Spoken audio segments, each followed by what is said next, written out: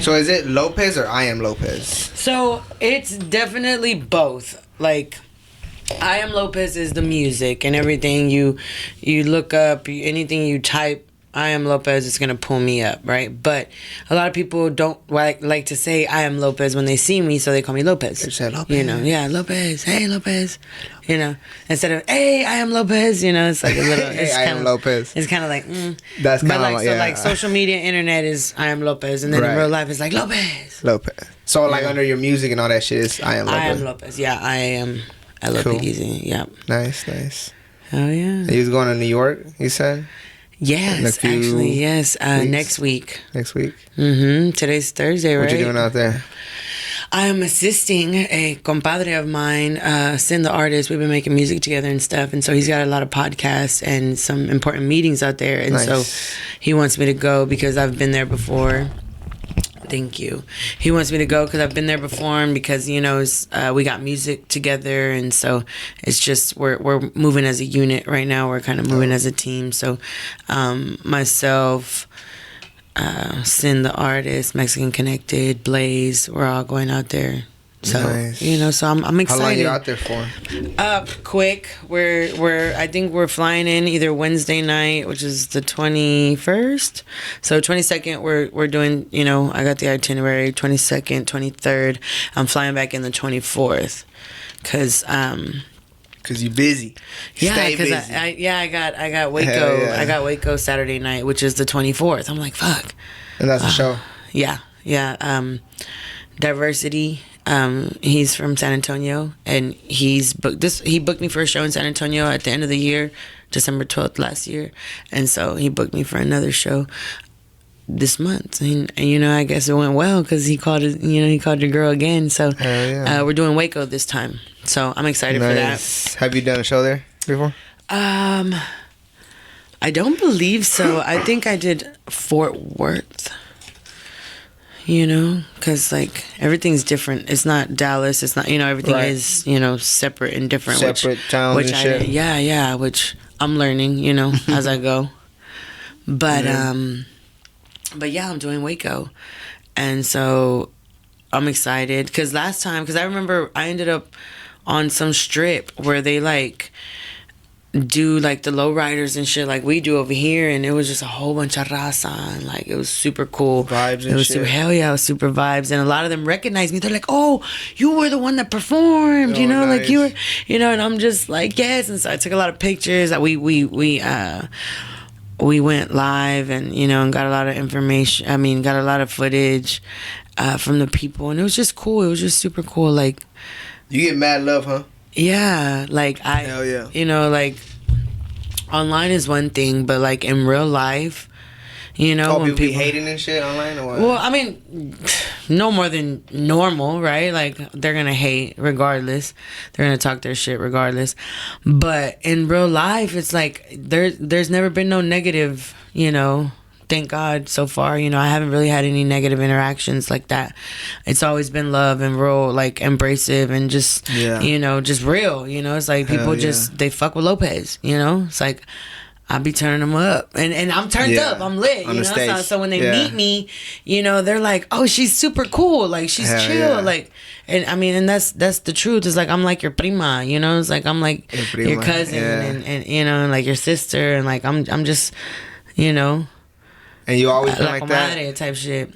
I mean, I feel like, even in school, I was, very entertaining. I was like the class clown, whatever. I used to get in trouble a lot because of my mouth. You used to talk shit. Yeah. Yeah, I used to get beefed up with some of my teachers because no shit. Them bitches, like, they were not as emotionally as intelligent as they should have been. Yeah. And I would hit them where it hurts. I would strike nerves with this mouth. You feel me? I would make them upset. I feel like we always like, beefed with her. Yeah. Get out of that classroom. I had a few teachers like that. You got it, bitch. That's crazy. Yeah. We was over there beefing with teachers. There was this one fucking chili bowl haircut ass bitch. It was so crazy. Like, Asian or what? No, she was Morenita. Yeah. Her name was Miss Smith. Damn, Miss Anyway, Smith. she was just... I don't even really know why she didn't like me. I don't know if it's because I missed a lot of school and I still would come in and fucking get the scores that I got, you know, just good at school, you know. I don't know what it was.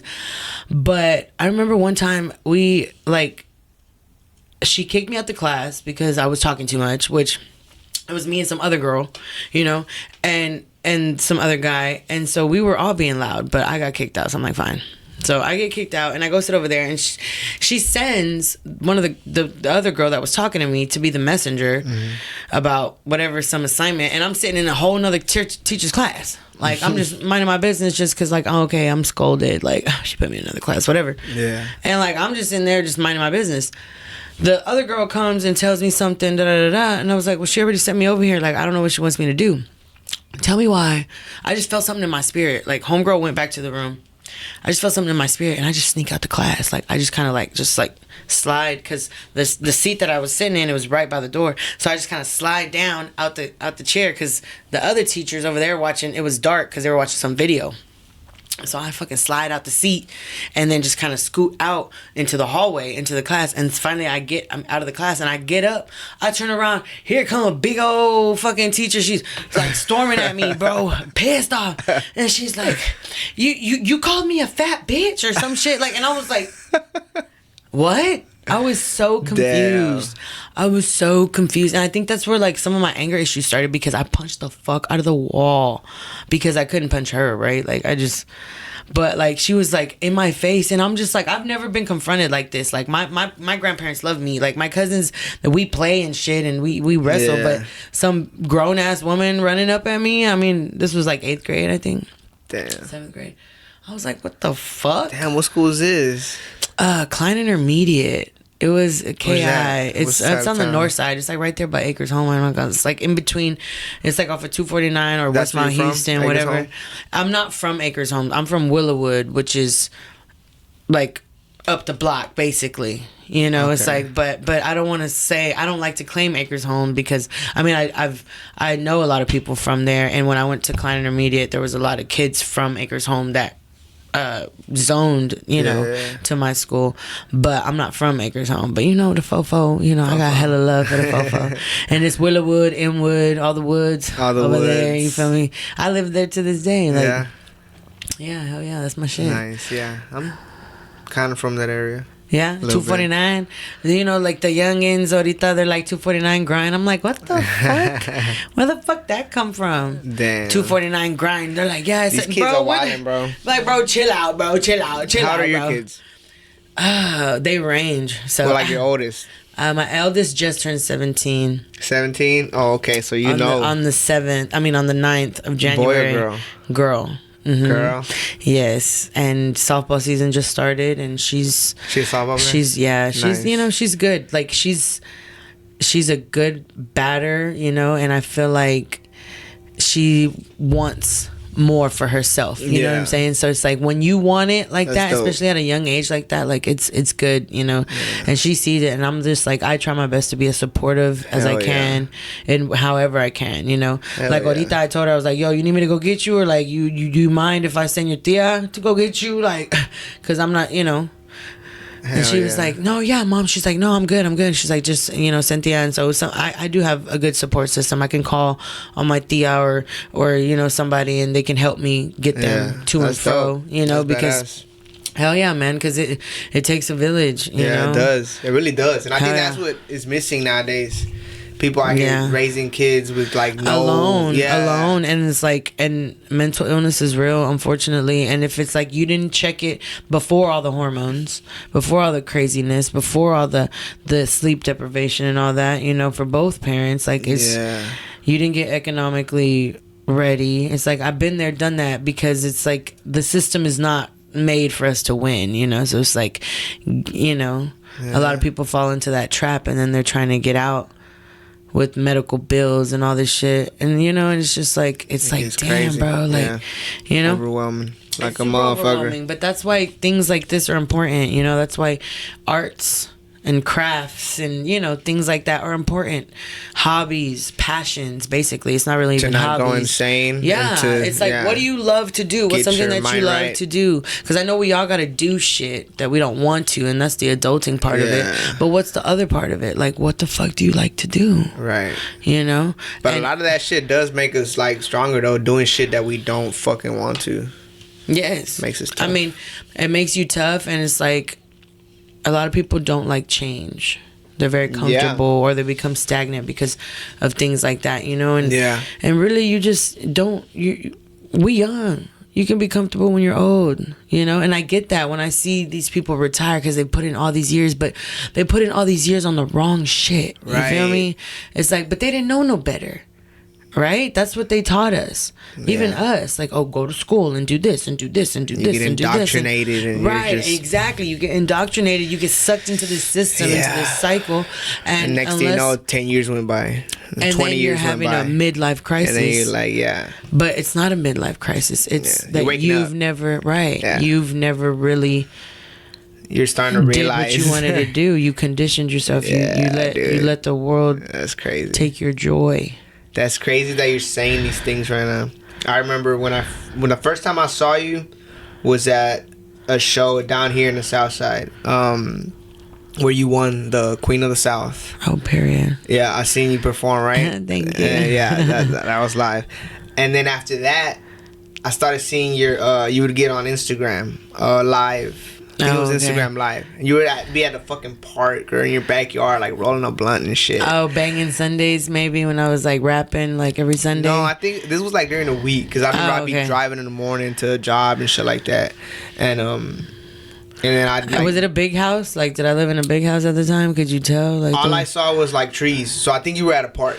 It looked like you were at a park. Oh, okay. But you'd be live and you'd just be over here like speaking like some wisdom shit like you are just now, and I just remember like, damn, that was some real ass shit that she said. Thank you. And that's what I remember from you. From shit, you know what's crazy is I was probably in Magnolia. I was like, now that I remember it, so the like neighborhood or Magnolia, Texas, like out there in Montgomery County, over there with the my brother sticks. lives out there. Hell yeah. So I've actually never talked about this, but I used to have an ex that lived out there, and long story short, shit did not go well, but he had a very beautiful home out there, and woods and trees and just nature. It wasn't like a city, you know. You had to drive into that bitch, you know. And so when you're out in nature like that, it's such a beautiful thing. Like, it's just like you're able to hear your thoughts more clearly. You're able to just be like one, like kind of like Pocahontas type shit. Like I just felt I was just very much taking the messages as they came, and you know, and like, because it's like sometimes I feel like the industry is so harsh at times that it kind of like, it does kill joy, some things, and it does make you feel kind of shitty. And so it's like a lot of things that I used to talk about, I don't anymore. You know, it's like not because I'm scared or anything, but it's like everybody's so worried about branding and marketing and promoting, and so when you're too real, sometimes people, you know, so they kind of people tell you don't be too real, or like certain things, you know, it's just kind of like it's kind of like, you know, it's just like, you know, don't. And it's because I'm so passionate about things, I end up going back and forth with people when I don't need to, you know.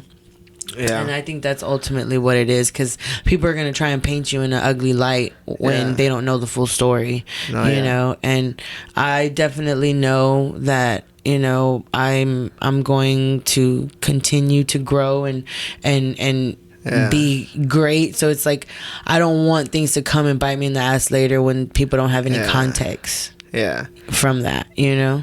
No, I totally get it. It's like people are waiting for you to fuck up. I be telling some of my friends, like, you don't always have to have a response, like, and even friends that like are in the music, right? Like, you don't always have to fucking have a response. Just fucking keep doing what the fuck you doing, and exactly let that shit speak for itself. You know? Nah, but for sure. And you, so it's all marketing now, you say?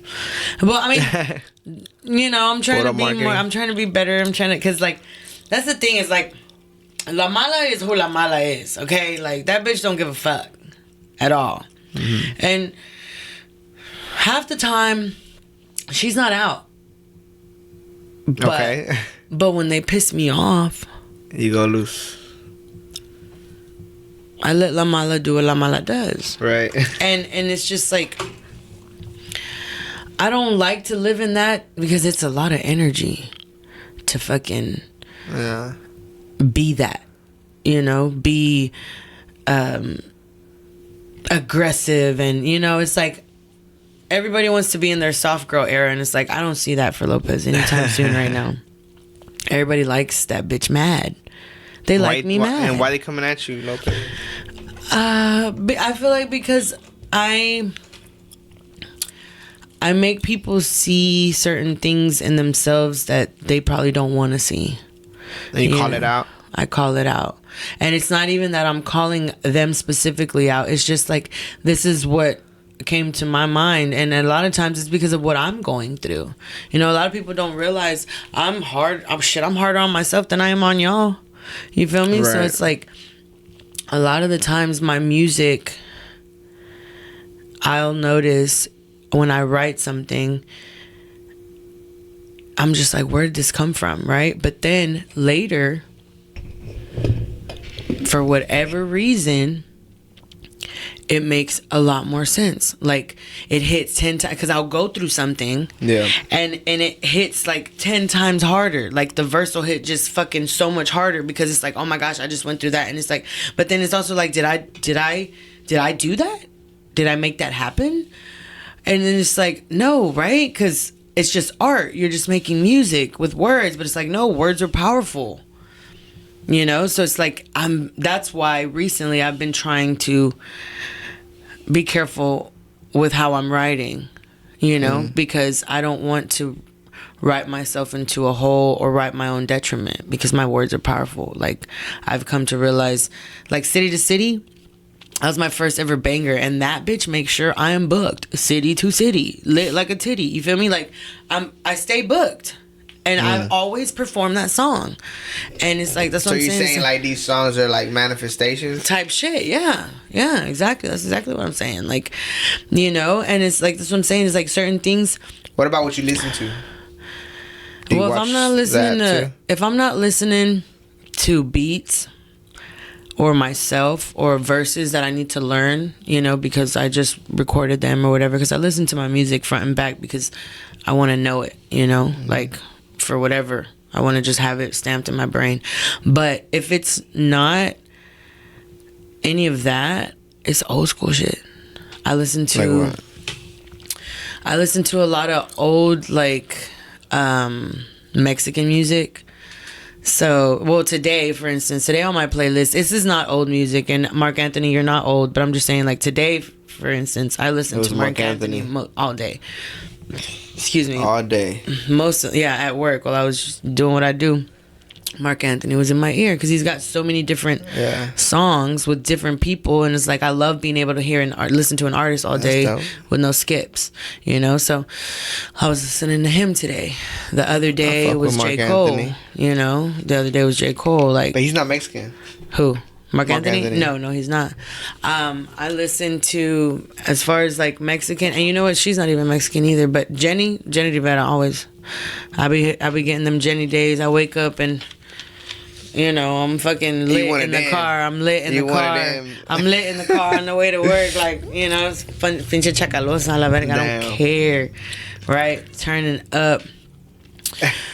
With the Jennies, but I also do a lot of old school. Like I said, there's these Spaniard artists like Rocío Dúrcal. I don't know if you know who that is. I love Rocío Dúrcal. Okay, I love her. Isabel Pantoja, she's another one. I'm not sure who she is. She's Spaniard too. She's Spaniard as well, and they have like the right type of. Hell it's like como un chillido. It's like a cry almost, like a wailing. It's because they got a lot of Arabic influence type shit. Yes, and it's, oh my gosh, I love listening to all kinds of music like that. And like sometimes like recently I had because I was listening to Isabel Pantoja, I put it on like shuffle, but like to bring out like whatever. And so I guess I put it on a certain playlist, and there was this one song that came up, and it's called Si Amanece. And oh my god, it's so simple. Yeah. The song, like the melody, the instruments, is so si simple. But Si Amanece, Si Amanece. And she just sang her ass off. Like, it was just so beautiful. And it was basically, I'm gonna forget. Right. And it was basically her saying like, Si amanece y ves, if you wake up and you see me sleeping, you know. Who sings it? What's her name? Rocío Jurado pops up on here. Is that who it is? Yes, Rocío Jurado. That's her name. Okay. Yes. Si amanece ves. I love that song. But it's we probably get flagged. Never mind. Yeah, you might. Yeah. I mean, it's a super old ass song. That's what I'm telling you. Like, when you hear it, you're gonna be like, what the fuck? I fuck with that shit. Like, I listen to, like, when people tell me like, cause I don't really listen to Mexican music, but I don't listen to Mexican music like from today. Right? Yeah, same. I feel you on that. And I'll tell them like, nah, I listen to some real Mexican shit, but I go way back, like Juan Gabriel, you know what I'm Luis saying? Miguel. Yeah, Luis Miguel. What's his name? Alejandro Fernandez. Is that his name? No. Yeah, but I don't really listen to him. That's the son. No, not Vicente. Son. No, exactly. No, that's not him. Vicente Fernandez for sure. But what's the other guy's name? José Alfredo Jiménez. Ese también. José Alfredo Jiménez. Lupillo. El Buki. Yes. You know what I'm saying? Like Marco Antonio Solis. Like I'm saying, him. I can listen to him all day. Yeah. My grandma put me on to El Buki. Like, hell yeah. That, and I love all those melodies, and that's what I got that a lot of rappers out here don't got. You be singing and shit too? Hell yeah. I love to sing. A video of you. I love to sing. Yeah? Like, really, that was my first passion. But then I fell in love with rapping and like performing. But now I'm doing it all. Like, I'm not limiting myself. But you on like, you made tracks and shit singing? Well, I have one song for sure called Lágrimas. That's mostly all singing in Spanish. And then I've actually done a bachata song before singing. Shit. I have a song that came out, or that hasn't come out. It's called Crimen. That one's me singing all in español. También. Mm-hmm. No shit. Yeah, so I've just been tapping into that side a lot more too, because I love to sing. Like, when my ass is like, you know, I'm not allowed to karaoke type shit. Like, I can't go to a karaoke place and just sit there and like, but then again, it's like, if nobody knows who I am, I'm good. Like, I just have to go like and chill with my friends. And you do that no, I don't get to. I don't get to. But I love to karaoke because I love the greats like Whitney Houston. Oh my God, that's what I'm saying. Celine Dion. Like, I listen to. We need to go karaoke soon. Yes, we should go. We fucking like, my birthday's coming. My birthday's coming up, and that's the one time when I get to do what I want and vlog that shit. Hell yeah.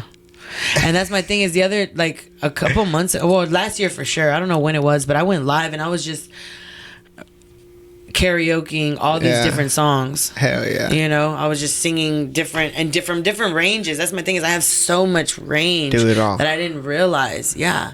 But it's like, if I'm able to do this song like this and do this like this, now we gotta go karaoke. I went to do karaoke the last time.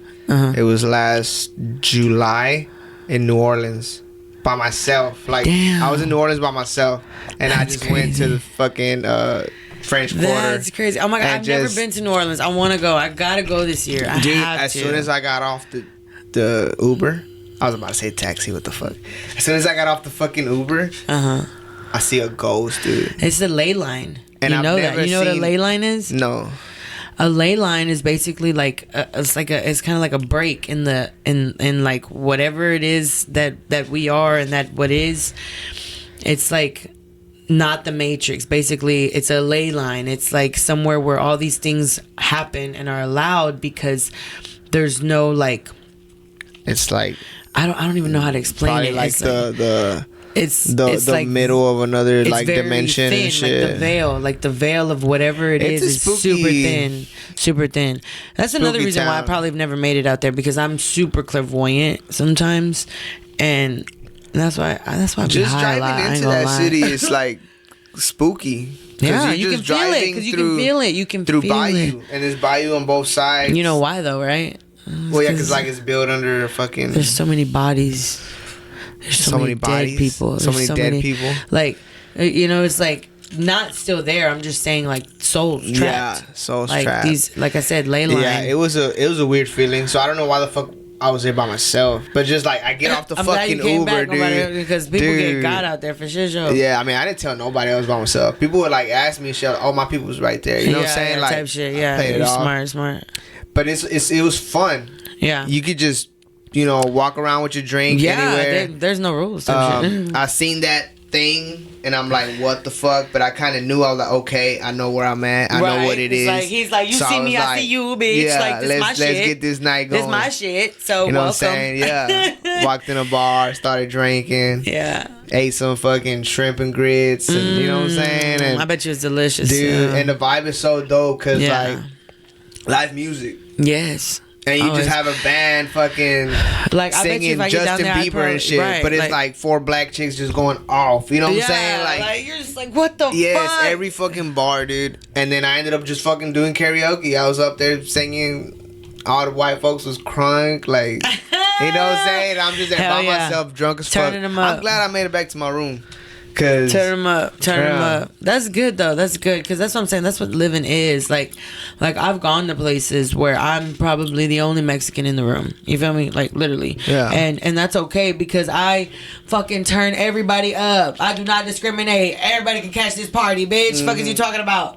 Like, and they love that. They love that because I just sometimes I think. I mean, but sometimes do you go I do into before a place I act. like thinking like I'm this race or I'm different. No. Right? Because I don't do that. But what I'm saying is because like one time I went to Georgia, right?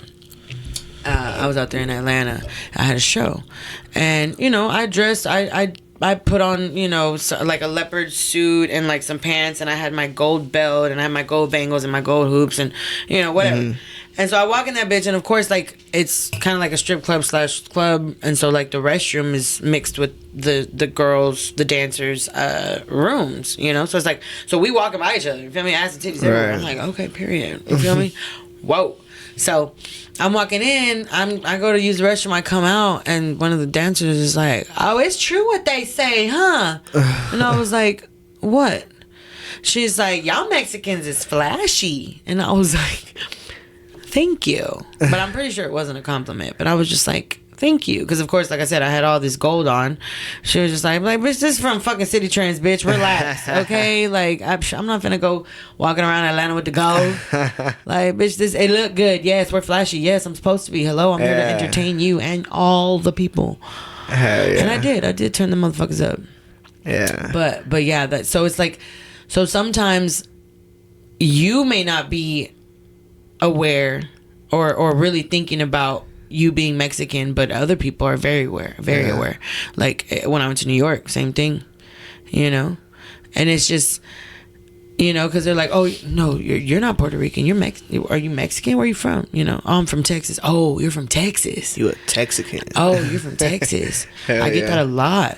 But my thing is, I'm good wherever I go. Even in LA, when I went to LA, you have an accent. Yeah, sometimes they told me that, and I'm like, they tell me that, yeah, because like for one, I'm like y'all a lot, like for sure, and like sometimes, but see, when I go to New York, like I feel like I'm really good at just sounding like other things, like I can just, and so like sometimes, it's like we went to New York, what I'm saying, like I want the bacon and cheese, you feel me, like no, what I'm saying, hold the mayo, bitch. Like I was fucking told, like, yeah, you got a country ass, like Texas accent. I'm like, what? I went to fucking LA. I'm not even from the country, but no, because the Mexicans are different out there. We're different down here in the South, and obviously it's because of the way we fucking talk, for one.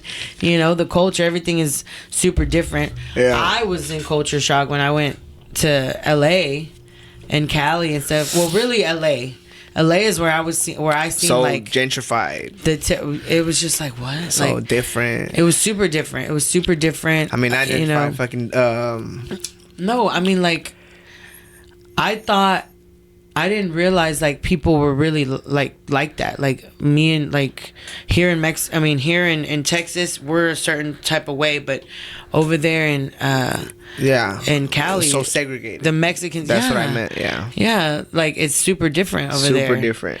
And I'm just like, that's why they like, don't understand us. Like, right. Like I grew up in a black neighborhood. Exactly. You know what I'm saying? Same. I grew up around a whole bunch of morenos, and I love, like, the father of my kids is moreno. You feel me? Like, I love everything about it. Hell yeah, dude. Like, and I love where I grew up and how, and he's actually from North Carolina. And he was then in Louisiana, and then with Katrina, he came with Katrina to Houston, and so he ended, he finished growing up here type shit. Yeah. So it's like, I don't know, I think sometimes people, because I got a lot of that hate too online, it's like, and that's why Cali or what? That's why my PR, well, it was from I would say not Cali, maybe just like ignorant motherfuckers that think like Latinos should be with Latinos, you know what I mean? Like very much those type of people. And I was just like, Mexican racist people. Yeah. And so I'm just like, dude, like, you're totally barking up the wrong tree right now. Like, I could give two fucks what you guys say about that. Like, well, I'm in deep over here, brother. Like, but that's my thing is, like, we don't, like, the girls, they're learning Spanish, and just as much as, they're learning both cultures, they're learning everything that we have to teach them. You feel me? So your it's kids. Like, yeah, the girl, yeah, my kids. So it's like, I don't want to do one or more on the other. You feel me? Like, I don't want to do more for one and not the other. So it's like, well, that's where we co-parent very well. Like, we got to handle this shit, like our babies are mixed, and they need to understand what that means. Yeah. And every aspect of the word, because like I said, I was, I'm Mexican. Like, was your family like that? Like, did they give you shit? At first? Yeah. Yeah. But I'm like the golden child type shit because like old Mexicans are racist. Huh? Yes. Old Mexicans are racist. Yeah. But like when I came out pregnant, I told him straight up, like, first I got a job, I got an apartment, and then I moved out, and then I came back and I told him because I don't want to get kicked out. So they fucking moved out before you even told your people. Yeah. That was wild. Yeah, I did. So then, I told him what it was. And, like, I feel like a lot of, like I said, like a lot of that hatred, a lot of that shit is taught, And for me, I just never could see, like, my uncle, he had married a black lady, and she had a son, and that became my cousin. So that was my cousin. That's my dog. You feel me? And so it's like, I grew up with him until, like, later they separated, whatever. But it's like I never had that, like, oh, we're different, or in my heart. Like, it was just like, what the fuck? Like, what do you mean? Roll up the window. Somebody's coming. Yeah. I'm like, roll up the window for everybody. Like, if that's a crackhead, yellow, black, Mexican, whatever, roll up the window. Right. But if it's just because they're black or just because they're, that's where I'm like, nah. And so me having a mixed baby, like, I had to set boundaries very early because, people were trying to talk, shit. And I'm just like, that's what you're not going to do. I said, because you either accept what I got going on, you accept my children and the unconditional love that I'm gonna give to this child, or you don't, and you're just not a part of my life. And it's that simple. It's really that simple, because I'm not gonna give you the opportunity to fucking, you know what I'm saying? Yeah. But because I'm so close to my family, I'm so close to my grandparents, to my aunt, I'm so close to them. Like, once they seen that baby, everything else went out the window. Yeah. They were just like, that's our baby girl. Like, they ride and die for Nana. They ride and die for Des. They ride and die for my baby girls. Because they know what it is. It's love. It's all love. That's dope. Yeah. They have way better hair than all of us, That's probably one, they might hate on that. But, I love it. Like, and I feel like since I checked it and since I put everybody in their place, I haven't had to deal with anything since, I haven't had to deal with my family making my girls feel less than or anything. Like, it's not even a subject at all. It doesn't even, like, and I think that's a beautiful thing because my girls very much are aware, like I said, that's their dad's job too, it's like, because how Mexicans are. Best of both worlds. Yeah, how Mexicans are. We be together. Shit. We all up in the mix. Mm-hmm. All together. Hell yeah. You got a big family? Yeah. Yeah. Yeah. Big Christmases and shit. Well, it used to be a lot then, bigger. Yeah. When you were young. Yeah, when you were young. You remember, right? I feel like everybody kind of faded away and like everybody's grown and does their own shit. But I actually live next to my grandma. My grandma lived next to my tia. So we all, I got the house next to them. Where I grew up, I got the house next to where I grew up. So it's actually super dope. Now? Yeah. Damn, that's dope. Yeah, so and your people still stay there? Yeah, we all they over there now. No shit. They there now. That's dope. And that's what I'm saying is like I call my tia and she's like, okay, I'm gonna take her home, which is 2 houses down. You feel me? Like, so it's like it works. That's and, nice. And it's like I thank my grandparents because they're actually, they're from Mexico, right? But they used to live in Cali. They had a fucking a tela store in Cali. They was making bank, buku money. They was, but my uncles were getting into trouble out there because, like you said, everything's segregated, gangs on gangs on gangs, and they fled to Houston. My grandpa became a preacher and shut everything down, kind of shit. No shit. Yeah, like came over here, and some of my uncles ended up going to jail anyway. Here? Yeah, over there. He was already a kind of preacher over there, but they offered him, like, the preaching over here to be a pastor over here type shit. And that's. No shit. And he still be preaching. Yeah. To this day. Really? Yes. And he's fucking 85. 85. Mm-hmm. Yep. I watched my grandpa a lot growing up, And I rode around with him a lot too, so I listened to all his old school music. So that's what I'm saying. I listened to a lot of old school shit. Oh, okay. Because he can sing his ass off. But this was his music, or it's like stuff he listened to? No, stuff he listened to. Okay. He never recorded anything. Which was one thing that I wanted to make happen. Like I wanted to record him. Yeah, I wanted to like get him on a song. Like I have recordings in my phone where he's sung and shit, but. Just he's kind of get a little mic. Oh no, yeah, that's what I'm saying. Is like anytime it's my grandma's birthday or Mother's Day, Valentine's Day or something, he finna serenade his wife. You feel me? So we be with the fucking phone like recording, and he's still preaching. And he's still preaching. Wow. Hell yeah! I'm telling you, dedicated. He's a Capricorn. Like that man, and that's what I'm saying. Is like that man stepped in where my dad couldn't. Because my dad got locked up when I was 2. And are they his parents or your mom's parents? My mom's parents. Okay. Yeah. I mean, down. So he was like your father figure? Yeah. He was your father? Hell yeah. Like, that's, that's my dad. Yeah. Like, he very much made sure I had whatever I needed, you know? think that's important for a girl?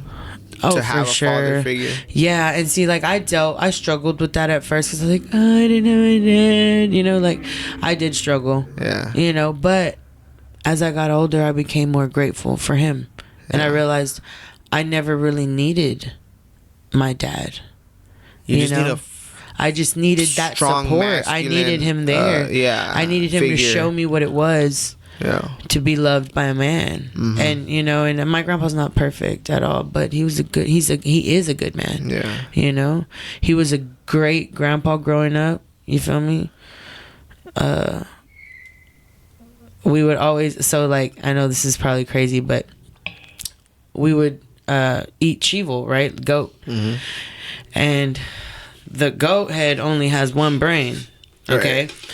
And my grandpa always got the brain. Right, they would share the other parts. They would split up the tongue and the eyes and stuff or whatever. But he wanted the brain. But he wanted the brain. He always got the brain, and no one else got the brain. But he would give me some of the brain. And like at first when I was little, I didn't know. They would just give me a taco, right? Here, cometelo, taco. I'm like, that whole smack. Feel me? You know, and then I'm like, what is it? Sesos. Okay, cool. Like in my mind, it was never nothing. It was never an issue until I got older and they're like, wait, what? That's you eat what? You eat what? And I'm like, look, I don't know if that's why a bitch so smart. I don't fucking know. All I know is my grandpa shared, like that was one thing we had, and you know, like he would share it with me. Yeah. Like, which I'm just like, don't hate, appreciate. Like, don't be mad at me. Hell yeah. Because my grandpa shared that with Hell me. Yeah. You know, so, and that's my thing is like, that is the man that, if anything happens, or it's like, if I need help or something, like he is, you know, like the patriarch, he's definitely been there to help a bitch out, man. Hell yeah. To fucking get me out. Like a dad would. You know what I'm saying? Exactly. Because he is. No, I think that's important. I think that's important for girls. And I have 2 daughters. Yeah. So I feel like, man, just knowing that girls, they got that. They need that father figure. For sure. And I grew up with sisters that didn't have that father figure. Yeah, because if not, they're going to just be looking for him in all the wrong places. I can speak from experience.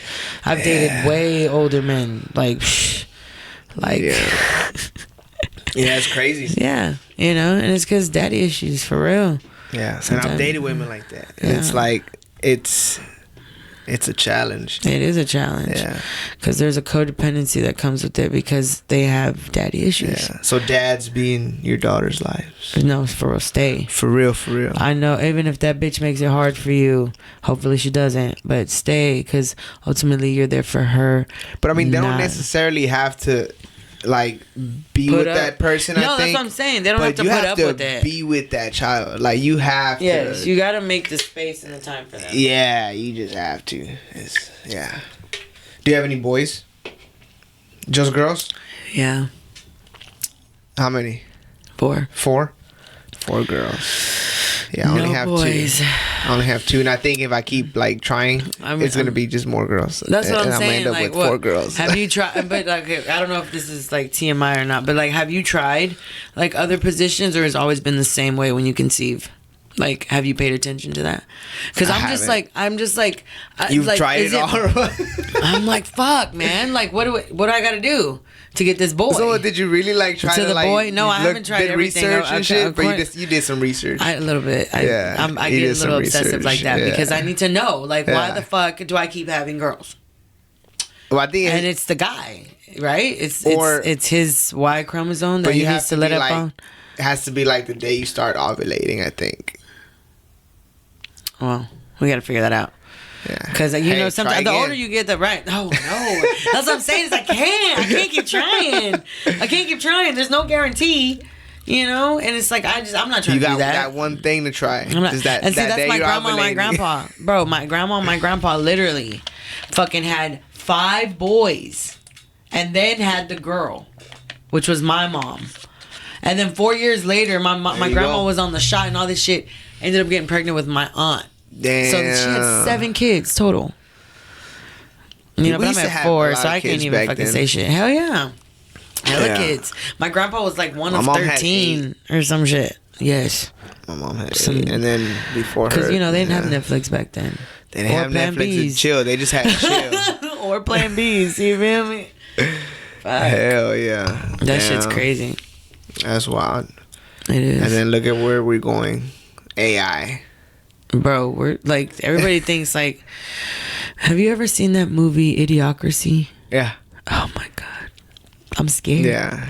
Because what if the wrong people keep procreating? Because that's why I'm like, maybe I should keep having kids. You think it's going to get that crazy? Like, that movie, everybody's stupid in that movie. Well, not, okay, so I'm not talking about just stupidity or knowledge-wise, but I mean like all of it.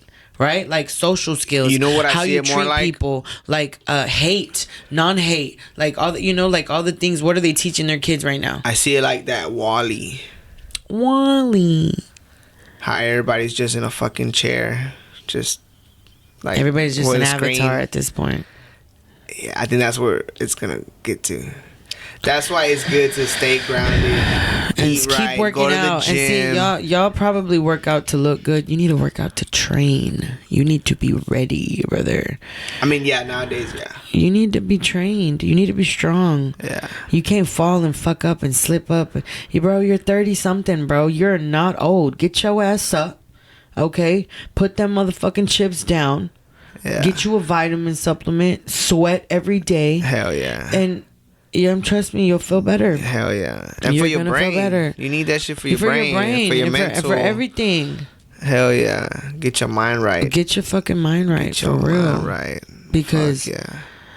They're counting on us being calcified. They're counting on us being conditioned by our phones and by our consumption and because that's what it is. There's a lot of consumption going on. You consume all day instead of creating. We're creators. We were made in the image of a creator. We are supposed to be creating, not consuming all the fucking time.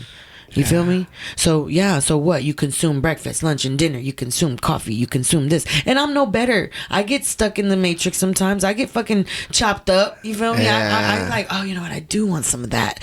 And I know I shouldn't. That's the bud for me.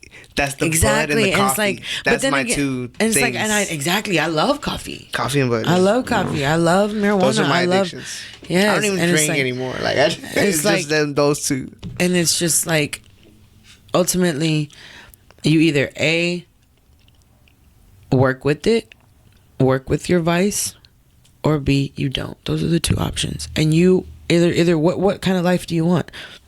Excuse me. I know sometimes I do a lot better when I clear my mind and I take a little break or whatever, you know. But then there's like a dullness that comes with that because the world is a shitty place. It's like, oh yes, everything's so great, and then it's like, actually it's not. Yeah, it is. You know, it's like, and why? Because they're constantly pushing it in our face. They're pushing it in our face constantly. Yeah. You feel me? And that's why, like, sometimes I don't even, like, I've been on social media. I've been off social media a lot and just kind of promoting my songs that I've made. Promoting it out.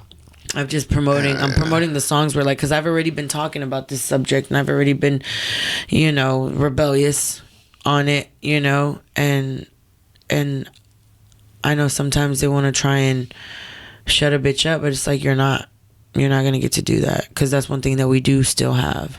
Who's trying to shut you up? I feel like whoever the people are that mandate, like, what, you know, it's like, if you're not paying to play, if you're not paying for this and that, and they're not gonna put you on like that, you know. It's like, I've gone viral many times in different ways, and I've always noticed it's a certain, you know, way that I rap that makes me go viral. But on other things, it's like kind of like it's like they keep it hidden, or they don't promote it, or they don't show it, you know. And I feel like ultimately it's because they want you to pay to play. They're like, you know, I feel like once I start putting money on the books type shit, they're gonna fucking push you a lot more. And granted, right. I get it, but that's what it was. It's like, before, like, the blue check mark meant something. Now you can buy it. Right. Everything can be bought. Yeah, and that's the problem. That's where I'm just like, so that's why I like to perform a lot. That's why I like to get in people's faces a lot. Like, put me on the road, put me in front of people, let me get to meet people, let me get to perform in front of people, let me make a motherfucker feel something. Yeah, because we're breathing the same air. Like, that's what I think. Like, I remember one time I fucked up and I bought J. Cole tickets in San Antonio because it was on the weekend, because the Houston show was on a Wednesday, but I didn't realize that, because I was like, oh my God, J. Cole, Friday, fuck yeah. And I just did not pay attention. And I went all the way through, bought him and everything. I was so fucking geeked. I was so excited that it was on a Friday in Houston, and it wasn't. It was in San Antonio. So. Oh, wait, you bought him thinking it was for Houston? Yes. And did you go? Fuck yeah, I went to San Antonio. Yeah, you made a little trip out of it. Shit. Me and my sister went and we sang every fucking song, and I fucking love J. Cole. I do. I'll spend money on that motherfucker. Do you? Is that one of your favorites? And then Cardi B too. Oh yeah, as far as like lyricist and just cadence, voice, story, I mean, everything. Like, He finna bless us on the 6th of February. He's dropping or what? Yeah, I'm ready. Yeah? It's called The Fall Off. The Fall Off. Is what, yeah, so... And that's my thing is everybody talks about the fall off. What they don't realize is we have biorhythms when we're born, right? We are in cycles. Everyone's in cycles. They talk about just us women as like a menstrual cycle, but everyone has cycles. Mm-hmm. And we have what they call biorhythms. And if you did pre-calculus or calculus, you probably know what I'm talking about. And it's because they had us calculating all kinds of shit. But my point is, from the moment that you're born, you're put into cycles. And there's times where it's like it's an emotional, physical, and I don't remember what the other one was. Emotional, physical, spiritual, or something like that. And basically it's like sometimes they match up and you're at like a peak and you feel great. That's when everything is you're just like, oh my God, I feel fucking great. Yeah. You know? And then some you're at a low and you're just like, you cannot everything put your sucks. Finger on it, but everything fucking sucks. And you're just like, what the fuck is it? And it's because your biorhythms are going through, and sometimes we fuck ourselves up by doing, eating a certain way, fucking up, fucking our sleep up, fucking, it's like all the consumption fucks us up. So it fucks up our biorhythms. And so then we're never in, it's like we feel great physically, but I'm still in a bad mood. I don't understand. Mm-hmm. You know what I'm saying? And it's because we're out of sync with our biorhythms. How do we fix that? I don't know, bro. Yeah, I'm trying to figure that out. I don't know. I know that the problem, I'm more solution based than anything. So I know what the problem is. So I'm trying to figure it out. But I feel like just doing the good shit and feeding your soul and doing the things that make you align better. I feel like that's what it is. We're just not in alignment with certain things. Like, correct. Fuck you up even more. Correct. Just try to. Yeah, don't feed into it. Because that's what I'm saying. Is some people don't feed into it. Because some people feel like, oh, I feel so shitty. And it's like, if you know that you feel shitty because your biorhythm, because like, oh, I just, there's another motive, there's an ulterior motive as to why I feel shitty, it kind of helps take that pressure off of like, you feel like you ain't shit, you feel like you haven't done anything, when really it's like, bro, like the chemicals in your brain, the biometrics in your body got you feeling a certain type of way. It's like, that's why, like they say for women and hormones, it's like once a woman figures out her cycle, she's powerful because she's able to understand, I need to do this to help with this, and I need to chill over this and not overstimulate myself or go and be in front of people that I know I don't need to be around because I'm in a shitty mood, and I know I'm going to be in a shitty mood, so I don't need to put myself in those positions. So it's like I'm very adamant in that, learning, all of that. So what you saying is that we all bitches. Basically, y'all just don't bleed. Lucky motherfuckers don't bleed. Nah, you making sense though, dude, because I be feeling that. Like, I feel that shit. That's what I told you about that fucking Instagram live. I don't know why the fuck that morning I'm on Instagram live and I see your shit and then I just fucking let it play and I'm driving. Yeah. But yeah, dude, it's like straight up, like that's some real ass shit. And so what do you do? What do you do for the mental? You sharpen the tool. You feel me?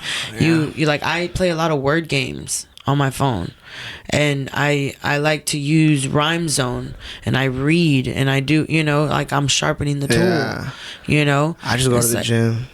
But that's physical. Yeah. Mentally, but yes, for my mental, like that's right.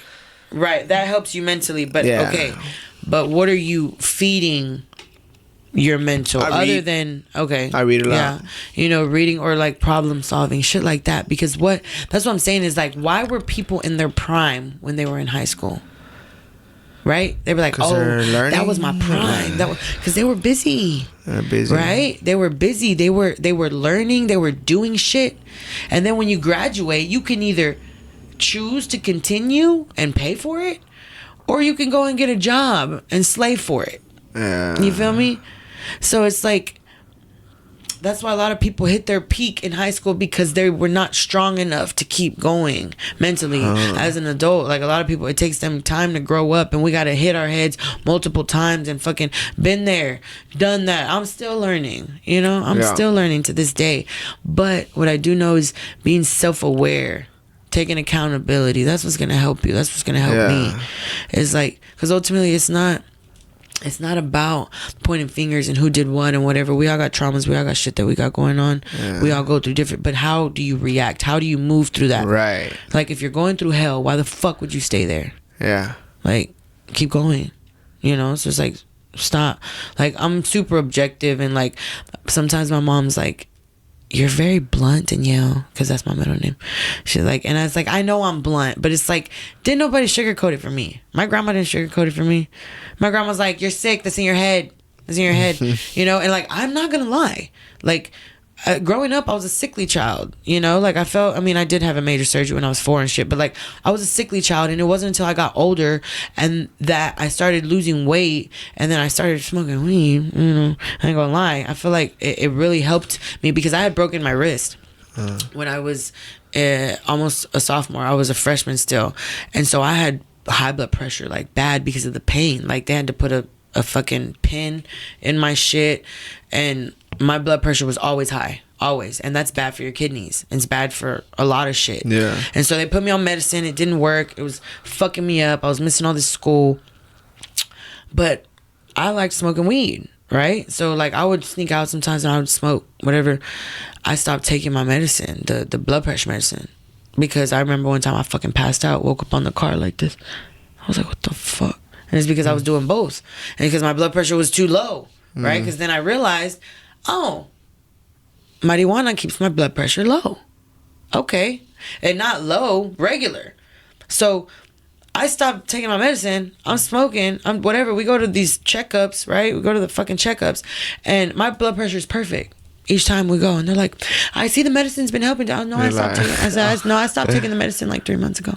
What do you mean? You could have killed yourself. How did you do that? No, bitch. You feel me? Like, they make you feel like, you know, and that's what that. I want you to depend on this shit. That experience made me question the hospital system. That experience made me question the health system in America. Because I'm like, that shit don't make no fucking sense. The fact that you're trying to put a child, still a teenager in her prime, on all these drugs because of this, and this. Because they're all gonna profit off of it. Exactly.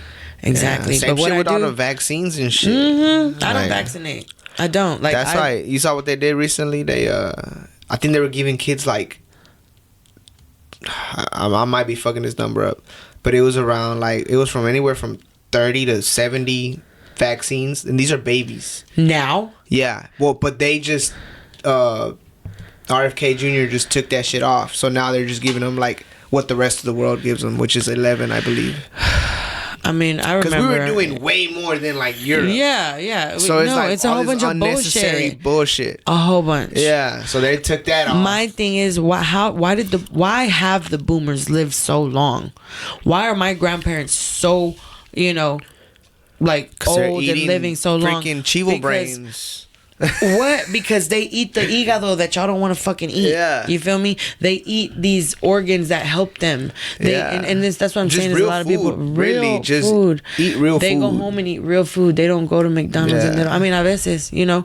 But my point is, they didn't have all that shit back then, and look at them. Like, that's what my grandma tried to tell me about my last kid, because I had my last baby with a midwife. I had her like natural, no medication. Like, I took classes. How was that? Fucking trained. It was the hardest thing I ever had to do. I'm not gonna lie. Like, I almost gave up. Are you glad you did it? I am. Yeah? I am. Would you do it again? Yeah. Yeah. You kind of hesitated right there. I would do it again, because it's like, but you already did it before, and now you know more. Yeah. So it's like, now you know what the fuck to do. Hell yeah. Because like, there's some women that are just good at having kids, and then, you know, unfortunately, a lot of us are not educated in that way. And I made it a point to educate myself in a lot of that, because I was like, Grandma, I was like, you fucking had 7, bro. I was like, my mom was born with the midwife. Like, the only one that was born in the hospital was a male, and she fucking got caught. Like, they had to catch her in a bedpan. She fucking hit her head and shit. And that's because you got doctors and nurses and shit all around, right? That's why I'm just like, it's a flawed system. Like, fuck that. Yeah. So I was like, you did it, I can do it. And she was nervous. She's like, no. I'm like, I can fucking do it. You're not strong like me. Shit. And is Grandma. Damn. Fucking had my went in at like 7 p.m.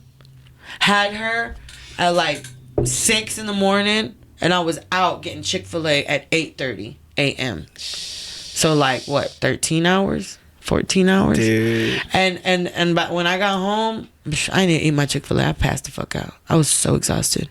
So exhausted.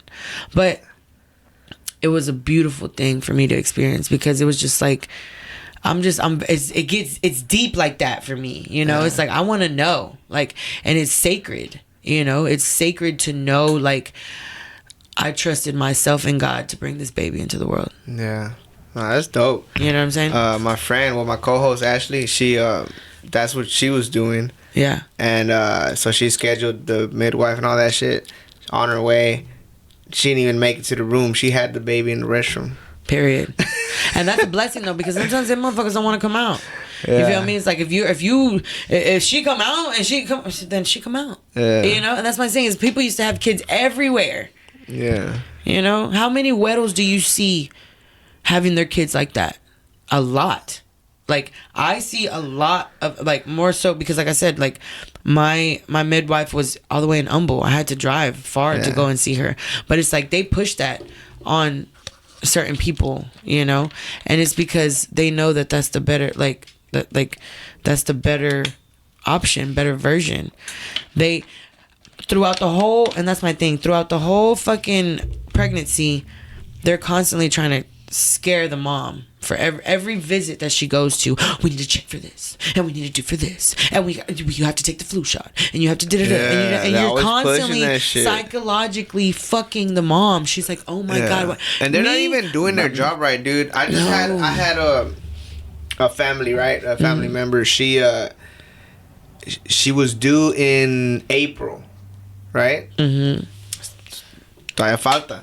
Right. They just had to do an emergency C-section Monday, and she had just gone. So how many weeks was she? Like 26, something like that. And so check it out. She had just gone to the clinic last week, and they said everything was good. Well, the baby was growing in the uterus. Or some shit like that. Outside like her placenta was inside the uterus. Yeah. Well, no, the placenta goes in the uterus, and the uterus kind of expands. But sometimes the baby can get outside of it, you know, because it's like basically the uterus is the placenta is a huge pocket for the baby. Yeah. Inside, right? And the uterus is like the basket that holds it, right? Okay. And so basically what happened was probably the baby was like implanted outside, or the placenta was too small. Sometimes you run out of amniotic fluid. Some shit was out of place, and then she had that caused her to get internal bleeding. Oh my gosh. So is she okay? Did she make it? Yeah, she's good. She made it? Okay, because like you can hemorrhage. Is good like, right now. Oh my god! But she's good. preemie. But yeah, it's a crazy ass. Like, it was crazy because we didn't know what the fuck. We were like, fuck, like. But and that's my thing is because they take you in. They make you pee. Okay, she's still pregnant. Oh, her levels are good. And you're just a number. Yeah. You're just a number. You're just like a cow stock. I'm sorry. They treat us like livestock, bro. Like dead ass. If they can cut that baby out of you, they will, because it's quicker. Yeah. You feel me? And that shit was like, they had to fly her in a helicopter to the medical center. Oh my god. Because it was like, it just out of nowhere, it just became urgent. Like, yeah, of course. Out of one little pain that. Well, because they should have been able to catch it before. But yeah, they should have caught that. Like, they were supposed to see that shit on the fucking ultrasound. But they don't do ultrasounds all the time and shit. Which, that's my thing, though, is like... They did, but they did that time. But it's just like, they're just like you said, they're not... You're just a number. Not worried about that. Yeah, they're just, oh, look good, baby, okay, let's go. Next. No, next, exactly. Type shit. Dude, that's crazy. But luckily, they're good. Well, good, gracias a Dios, because fuck. That shit, that's crazy, you know, and that's what I'm saying. It's like women, they go so close to death to bring life. It's like a whole juxtaposition just to bring life. Yeah, it's like we are the portal from the spiritual world to this world. Women are powerful, dude. To this world, and of course, we can't do it without y'all. You know, I'm very aware of that. That's my thing is like I preach woman empowerment and I empower us in any way that I can, but I also am very aware that we are stronger as a unit. We need that. We need that family unit. We need that masculine energy to be able to protect and provide. Yeah. In whatever capacity that is in your family. You feel me? Because it looks different for everybody. Right. It looks different. Like before, it looked a certain way, right? Mama's at home, daddy's at work. But it doesn't look like that all the time anymore. And that's okay. Because ultimately, as long as you're getting it done as a family. Right. Partners. Yeah. You feel me? We all just need a fucking partner. Yeah. In this shit called life. You feel me? Like, do you think people with partners have an advantage? With real, true partners? Fuck yeah. Yeah. Not people that say they're your partner and they're really just a fucking weight. Yeah. Or an anchor. Like, look at Tiana Taylor. Like just toxic and like, shit. I mean, Tiana Taylor, as soon as she let that fucking, that weight, that anchor go, the Lord blessed her with everything that she's ever wanted. Yeah. Everything she's worked so hard for. Started flourishing and shit. Exactly. Yeah. And it's because you have to stop blocking your own blessings. You have to stop choosing certain things, even though they're comfortable, even though you think that that's probably what society wants or whatever, but that's all conditioning. That shit don't matter. Right. Once your eyes close forever, what did you do on this planet? Karma. You feel me? How did you make people feel? Are you, like Coco, like the movie? Like, are you going to be remembered? Are people going to remember you when you die? Did you do something or were you just passive? Right. Because we all get one 3D experience, bro. Maybe there's some people here and there that they died and came back, whatever. Whatever. Somebody told me the other day, because I said the same thing. Somebody told me, you don't know that. And I was just like, damn, I don't know. No, but and then that's the thing is, like, I feel like the people that are reincarnated back into this world is because they had unfinished business. They didn't fucking fulfill what they needed to on Earth. Because I feel like there's more after this. I'm not gonna lie. Yeah. Like, I feel like in another space, another like, like energy is everything. Like what did they say, right? And in the first, there was light, right? Like the Big Bang, like everything is the same, right? So the Big Bang, it was light, it was energy, and energy doesn't just disappear; it goes somewhere else.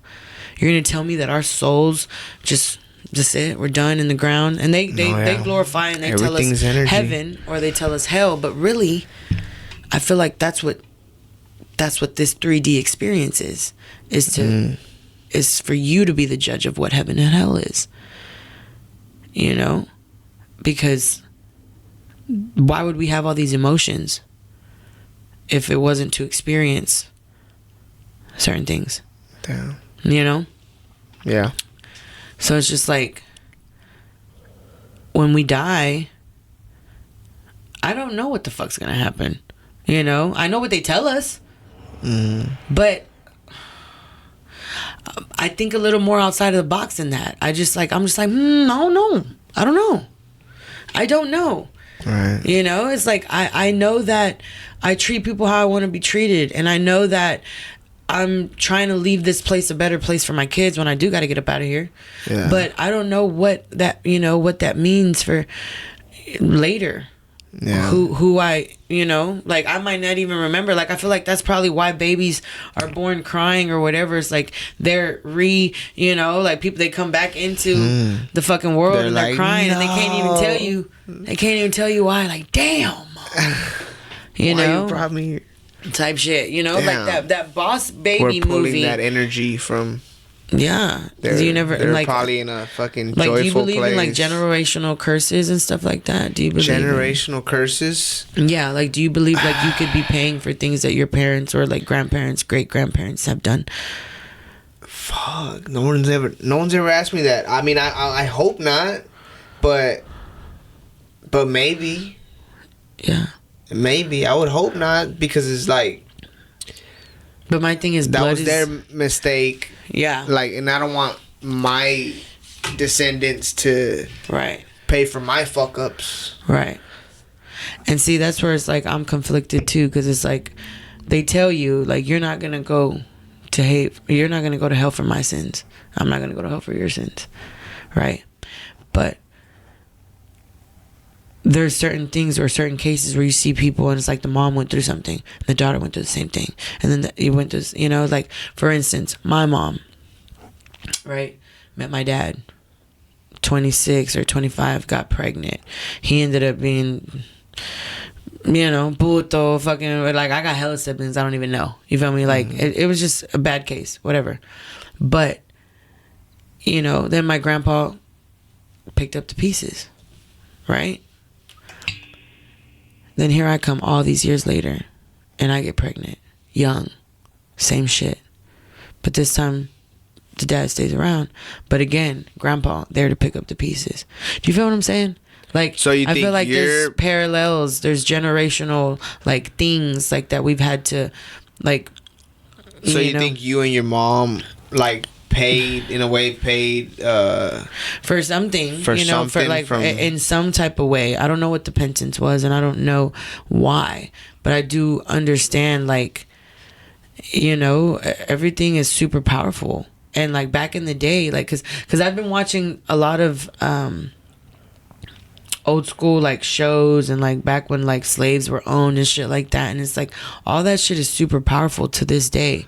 Like when they did the American Horror Story, you remember that show? And they went and did like the witches, they did the witches or whatever out there in New Orleans or wherever they did it at, and they had to stop because it was too powerful, because that shit is real.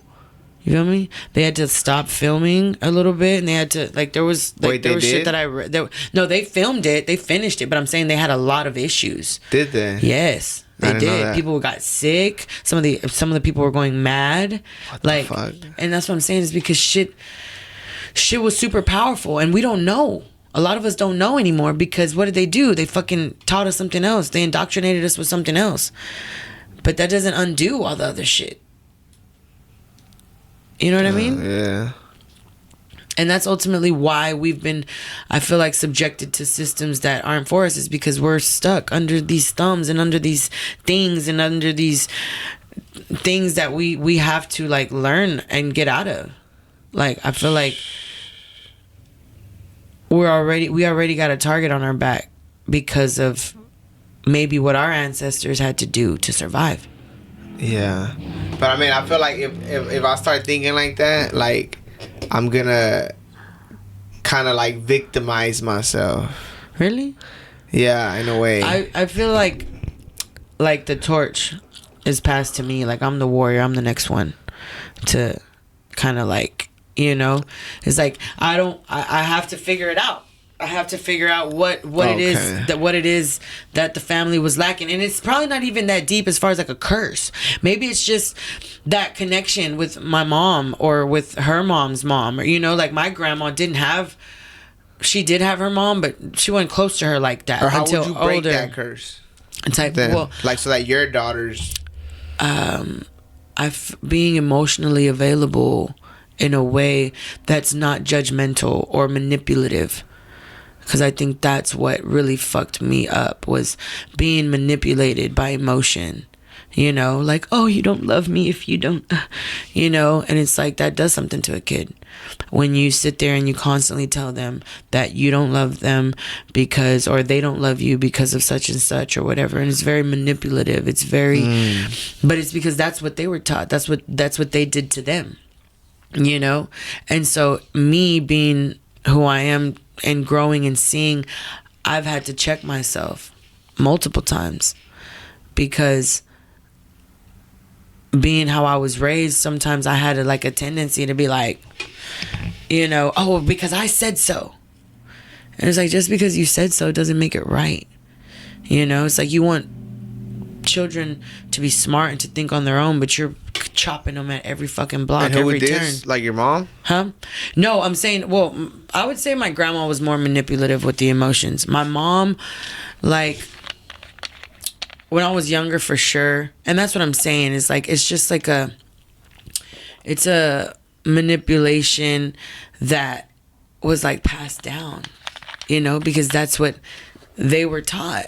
Like, yeah. And you know, it's like at first I was super upset about it, but now I'm just like, I'm empathetic about it. I'm like, damn, you know, because you were always loved unconditional love.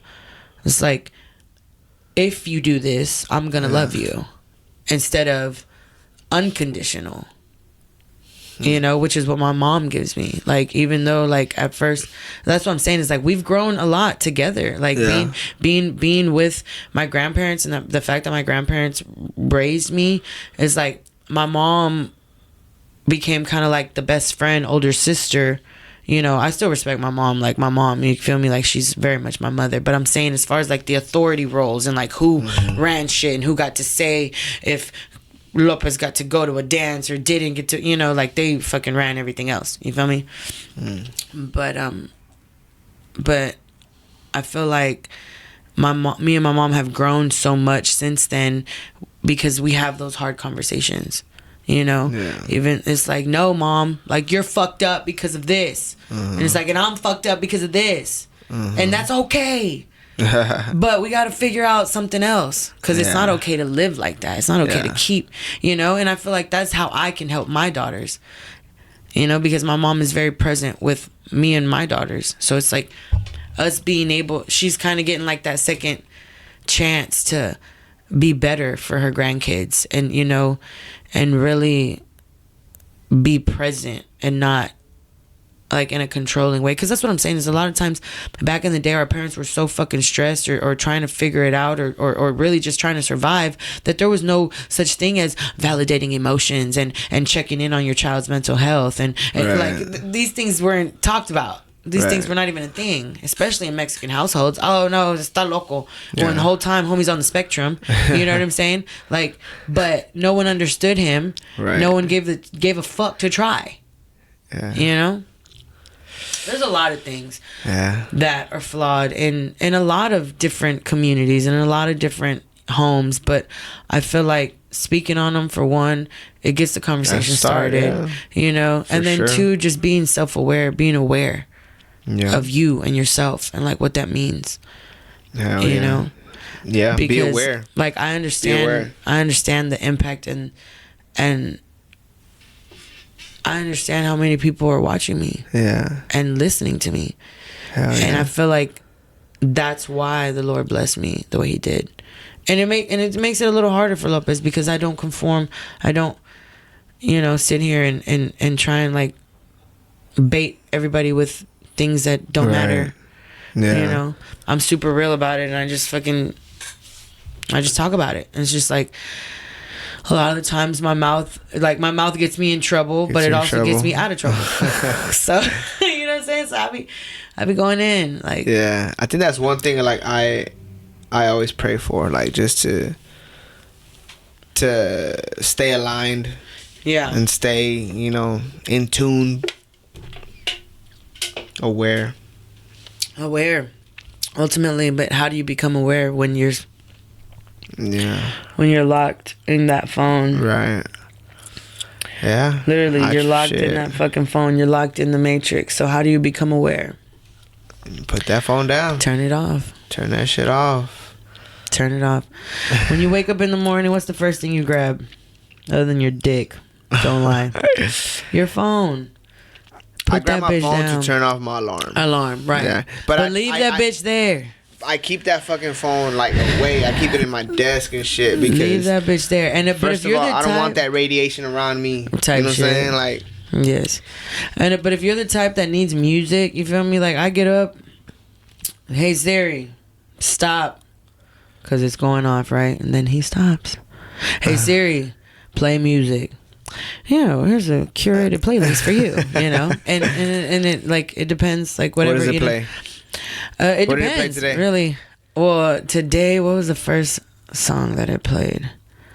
Because mine always mixes in there, but I think it was my playlist is Mark wild. Anthony. Yeah, I think. Oh, but that's why you listen to Mark. And I for just the rest stayed. of the day. But the other day was Eagles. The Eagles. The Eagles. I love the Eagles. My shit's crazy. My shit would go like from like the Eagles to like the Baby. Like not really baby, the Baby. The Baby. Nah, like, not really. I don't really listen to a lot of rap music anymore. I like the older shit, and that's the thing. That's what I'm saying, is like there's not really any new shit in my phone, unless like it's probably like an artist that I met and I fuck with their shit and I'll add it, you know, or J. Cole, right? That's gonna get added for shit show. Yeah. I added Cardi because I resonated with her as a mom, you know, and like going through certain things, and then it just being public and difficult. That's my phone. Oh, okay. But you know, it's just like I admired her hustle. She got out in the streets, pregnant as fuck, Yeah. As fuck. And why? Because I did that. I fucking rapped until I was 8 months pregnant with my last kid. I didn't stop. That's why people didn't really even realize like Lopez went anywhere, because I tried to make it that way. Damn. You feel me? Like I worked my ass off to make it to where I wasn't really missed. Right. You know? And it's because that's how bad I want it. Like dead ass. I want it for me. I want it for my kids. Hell yeah. I want to know that I can experience more than what people want me to experience. Yeah. Like when you're born in certain place, and that's what I'm saying is I was born with an advantage already. Even though they're trying to take that away from us, even though they're trying to question that, even though they're trying to, let me see your papers everywhere you fucking go. But it's like, no, I have a right to be here. Yeah. And it's not because of this fucking paper. It's because my fucking ancestors are from here. It's because I am indigenous. It's because I am from here. All of the Americas. This is not yours. They got that whole ICE situation fucked up. It's unfortunate, and all I do is, besides promote my music talking about fuck ICE on with the, I can't say that. I be thinking about my kids, man. I'm like, no, they might watch this. Anyway, I mean, I can fuck them. Fuck them. No, you're good. No, you're good. You don't have to. No, I'm just saying, like, there's certain, like, sometimes I can be super vulgar. Like, my thoughts get super fucking vulgar, but sometimes I just gotta, not say them. So that way, I'm not promoting that. Right. Because it's like I'm trying to be better. I'm trying to be better. I'm trying to be more of the solution and not the fucking problem. But a lot of people like me to be the problem, and it's because I'm good at it. I'm a lot of people's best problem to have. Because anytime you're beefing with Lopez, bitch, that's gonna boost your numbers. Fuck are you talking about? Anytime you're fucking coming for Lopez, talking about Lopez, you feel like that's why they come at you? I mean, I don't know. I mean, it must be, because it's like I don't be doing nothing to nobody, bro. I don't. I really don't. I mind my business. And people like to poke the bear, and it's like, well, I'm a rapper. I'm an artist. I'm going to talk my shit on the microphone. I heard people weren't too happy with you. Recently? Yeah. Maybe a few months ago. Yeah. And that's my thing is, when people are irrelevant, they have to do something to stay relevant, It's like, but what I take serious is work ethic. What I take serious is loyalty and code more than anything, because it's like, if the script was flipped or anything like that, I just don't see myself doing that to someone. Like, if I'm poked and provoked, fuck it, bitch, you asked for it, right? But I just don't see myself coming for someone like out of the blue just you because. You were poked and provoked? Because hell yeah, I was poked and provoked. Like, people have, if you have that person's number, call them. Everybody wants to put everything on the internet, but why? I get it though. I get it because I get the views. I get the millions of fucking, interactions and across all the platforms. So I understand now. So you think they do it's like stunts and shit? Like, no, maybe not everyone, but I feel like a lot of the times they come for Lopez or they pick on Lopez because I know 9 times out of 10 I'm super nice when you meet me, and if you get the opportunity to get close to me, you realize like I'm really just a fucking big old ball of love. Like I like La Mala is La Mala because she's gotta be, know. But I don't lead with that, and it's been many a times where I've taken care of people that wouldn't do the same for me, but I had to learn the hard way. And ultimately I feel like that's what it is I look vulnerable because of my kindness, like I feel like people think, oh, she's just a softie, right? She's just a mom. But what they don't realize is like that's what fuels me, is me being a mother. And so it's like there's certain things I haven't been able to let go, and then there's certain things that I'm like, all right, you get the pass because I got better things to worry about, right?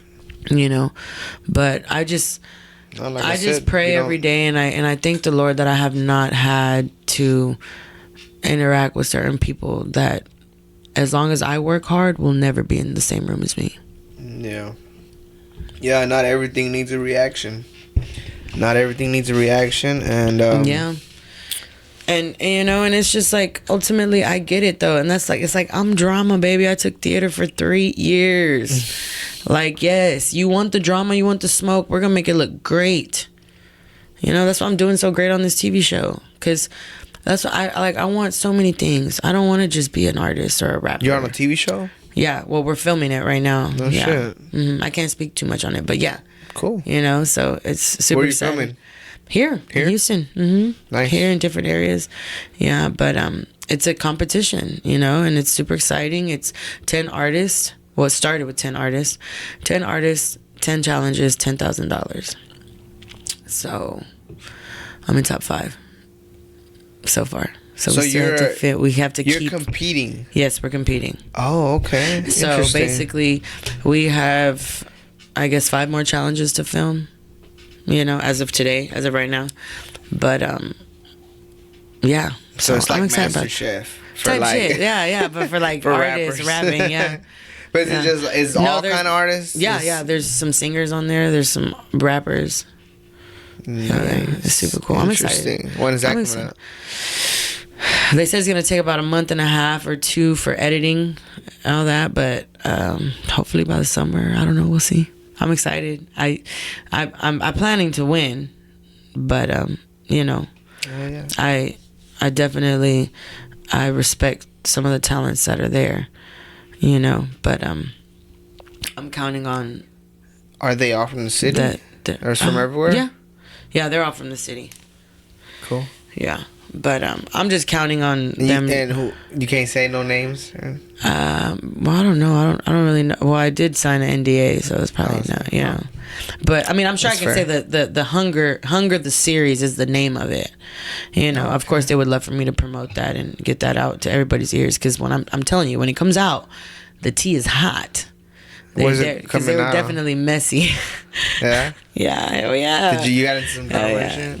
Man, what? Yeah. Always. Lopez always has fucking drama. It's just like, God damn. Like, you could be listen, I could be a blessing or a lesson. Yeah. You choose. You still got SPM fans hating on you? Not hating they're on. not coming after I mean, they talk shit sometimes here and there in post, but you know what I do get a lot though is I get SPM fan love, like in person. Hell yeah. Because they'd be like, oh, Lopez, hey, you know, yeah, free SPM, you know, da da da. And I'm just like, but because, like I said, I'm not a bitch and I don't give 2 fucks. I spoke on what I spoke on. I said what I had to say. I don't got nothing else to say. But they say that shit like just because they like don't trolling know. Or what? No, because they don't know the situation. Half the time they don't know. I've come to realize, because there's no way you know all that shit going on and then you're coming up to Lopez saying, oh, Lopez, I love you, free SPM, and then taking pictures with me and fucking throwing up people H-Town. Are fake as fuck though. You know? No, I'm talking about fans. Like this happened to me in Arizona. Like at a whole fucking fair in Tucson, and you Arizona. Feel like they didn't know. No, like I feel like they, you know, like I mean I don't know who all watched the interviews and whatnot, but I honestly genuinely feel like they didn't know. They were like, we seen you in the video, because a lot of people recognize me from the Murderland video, which is the video that I did for that feature the one feature I did with Homeboy. Okay. And so, but that's what I do get. I do get a lot of fan love, and they're like, you know, oh yeah, you know, you was with Dope House, you know, oh that's Lopez, that's Lopez, you know, and I'm just like, thank you. San Antonio, it's happened in San Antonio at the car shows in San Antonio. It's happened and fucking, like I said, Arizona. Like, and I'm just kind of like, because I'm not sitting here trying to explain, we're not cool anymore. Don't, like, fuck all that. And I'm just like, thank you so much. And I pose and I smile. And I smile and I wave and I thank them for their fucking love and their support. And that's that. You feel me? I don't have to sit here and for what? Take his fans. You know, and that's my thing is like, they're gonna, like the other day, fucking, because I recently dropped a song with Latino Velvet, or shall I say Latino Velvet dropped a song featuring Lopez, which is back in the day it was JT, you know, Baby Bishi before he was Baby Bash, like fucking Kid Frost, Don Cisco. So I played our song, right? Because it came out and it's a dope ass fucking song. It's called Spanglish. Y'all should definitely go listen to it. But because of the Baby Bishi and all that, remember he used to be with Dope House back in the day. Yeah. Like it'll Apple, or at least my iTunes, it'll like pull up music similar to those artists. So fucking, you know, homeboy comes on my playlist and I'm like, next hard pass. But my thing is like, yeah, we grew up on that shit, man. You know, I was just like, and it took me a little bit. I was like, oh no, we don't do this. You over there singing already and shit? Wait, we don't do this. Well, because I don't know if you know the new update, right? The new update on the iPhone, it makes the song go like, if it's like a DJ, it like transitions it into the next song. No shit. No, so I couldn't even really tell which song it was. This or was what? Well, this was the phone, like the actual update on the phone. It wasn't even just iTunes or Apple Music. It was like if you're playing it, or at least that's what it told me. As you're playing it, it'll like. But where are you playing the music on? Oh, Apple. Apple Music. Okay. Yeah, that's where I'm playing it at. But I'm just like. Was the update like on? Did everybody get that update? You know what I mean? Like, or did you have to have Apple Music? I don't know. You know, I don't know if Spotify's doing the same thing Apple on an iPhone. Thing. You know what I'm saying? I don't know if that's a thing. I'm pretty sure it's the Apple Music. Probably. Yeah. But so you're in the same. Hey, you're right there with SPM. That's wild. Did you see that they're working on a documentary of lies? Of lies. No, but like, well, ay Dios mío. I don't think it's a pro SPM documentary. Oh, you're talking about fucking Big what's Tony his face? shit. Big Tony. I forgot. Oh, he's trying to Diddy that shit. He's trying to 50 Cent and Diddy that shit. He's like, look, I ain't mad at him. Go for it, Big Tony. Go for it. And I know some of the people working on it. Oh yeah. So that should be interesting. That should be interesting. I got in and I got out, you know? Yeah. Like I said, some people are raised with love. Some people are raised in survival. And it shows. Mm-hmm. You know? So it's like I can only feel sorry at this point, cuz it's like, damn. Yeah. Some of y'all are still trapped. No, I mean, it's dope that you some of them are doing better, and you're doing. And that's your my thing. thing. Is like, and that's my thing. Is like, man, what? Like, I continue to work my butt off because it does not matter where you put me, who I'm working with, whatever it is, you know. And that's my thing. Is if I'm not working with anyone anymore, no longer, whatever, it's for a reason. I'm just not out here just I didn't like that. No, I'm fucking loyal. To a fault sometimes. You feel me? And that's what I'm saying with my recent manager, you know. It's like, I'm down for the cause. You need time, we need to Lopez needs to handle what she needs to handle on her own for a little bit. That's fine. But now we're back here, we're picking up the pieces and we're ready to go hard, because I understand everybody has life, everybody has a life, everybody has things going on, and I'm super understanding. Like, just talk to me, you know. Did any of that have any issues with like with you, like, because you say you were working with Baby Bash? Yeah. Or you you did a show with him or something? So yes, okay, so the song that I did with Latino Velvet, so he's a producer on Latino Velvet. He was in the studio when we were in Vegas, actually, when we recorded this song, and he was like, oh, Lopez, he played that song. It's a yin yang sample, actually. And he played that song, and he's like, what would you do on this, you know? And so we recorded the hook, but we recorded it at some studio that, you know, it was okay. It wasn't a great studio, but it was the one that was open at the time. So the next day we go to the real studio, you know, and now Kid Frost is there, Baby Bash is there, my manager Heavy's there, JT's there, the engineer's there. I don't remember his name. I'm sorry. But did they go into any politics because of the SPM shit? That's my thing. Is I've been cool with Baby Bash the whole time. Like, I've done multiple shows with Bash, you know, and it's always been nothing but love. We don't even, like, it's unspoken. We don't need to speak about it. He went through his own thing. You feel me? And he still you know, he still fucking performs his fucking verse, you know, from wait. You know, and that's why it's no bad blood, because it's business, right? At the end of the day, but he's a good man, you know. Baby Bash is a good man. I've gotten to know him. We've gotten to fucking go to Starbucks, and I realized we had a lot in common. Like, he was raised by his grandparents too, you know, in a way. And like, that's what I'm saying. It's like, I've learned a lot from them. I'm usually the youngest one in the room when I was on tour with them, you know, and it's like, just things had a little bit of pause because certain people, you know, it's like life happens, and but we're all still super loyal, and we're down and we're ready, you know. So it's just like, hell yeah, we had to make sure everything was okay, you know, before we keep, you know, because ultimately we are a family. They move like that, we move like that. Like, that's one thing, is like, I've never lost anything I didn't need, you know. It's like, or I never lost anything I needed, basically. It's like, I went from trying to be exploited by men to these guys actually looking out for me and taking care of me. Dope. You know? That's badass. Hell like, yeah. You're in a situation like that. Yeah. And it's a beautiful thing, you feel me? And for them to trust me enough to jump on a track, to jump on the fucking Latino Velvet track, like, this is like legendary. Like, these guys went hard, you know, back, I mean, they still go hard today, clearly, but like, that shit was just insane for me to even be there and just being produced by Baby Bash. You know, it was crazy. It was crazy. It was great. And the song came out great.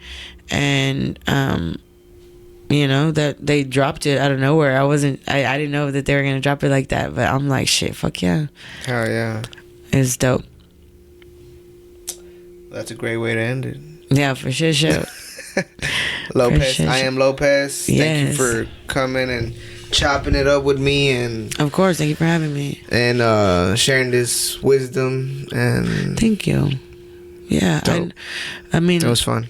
A lot of people call me, you know, what, shaman? No, they call me like super emotional, you know, but it's not so much emotion. I didn't get that. I got wisdom. I got like, or maybe it's not emotional. It's like too deep. It's like too deep. Like, some people are like, oh, that's too deep. But it's always that deep. No, that's Rodawgz. We go deep. It's always that deep. Hell yeah. You feel me? Nah, well, thanks for coming by. And for sure. A dope episode. Yeah, hell yeah. Iamlopez. The shit show. Go check her out. She's Iamlopez, the queen of the South. On all platforms. You feel me? We got music coming out. My birthday's in March.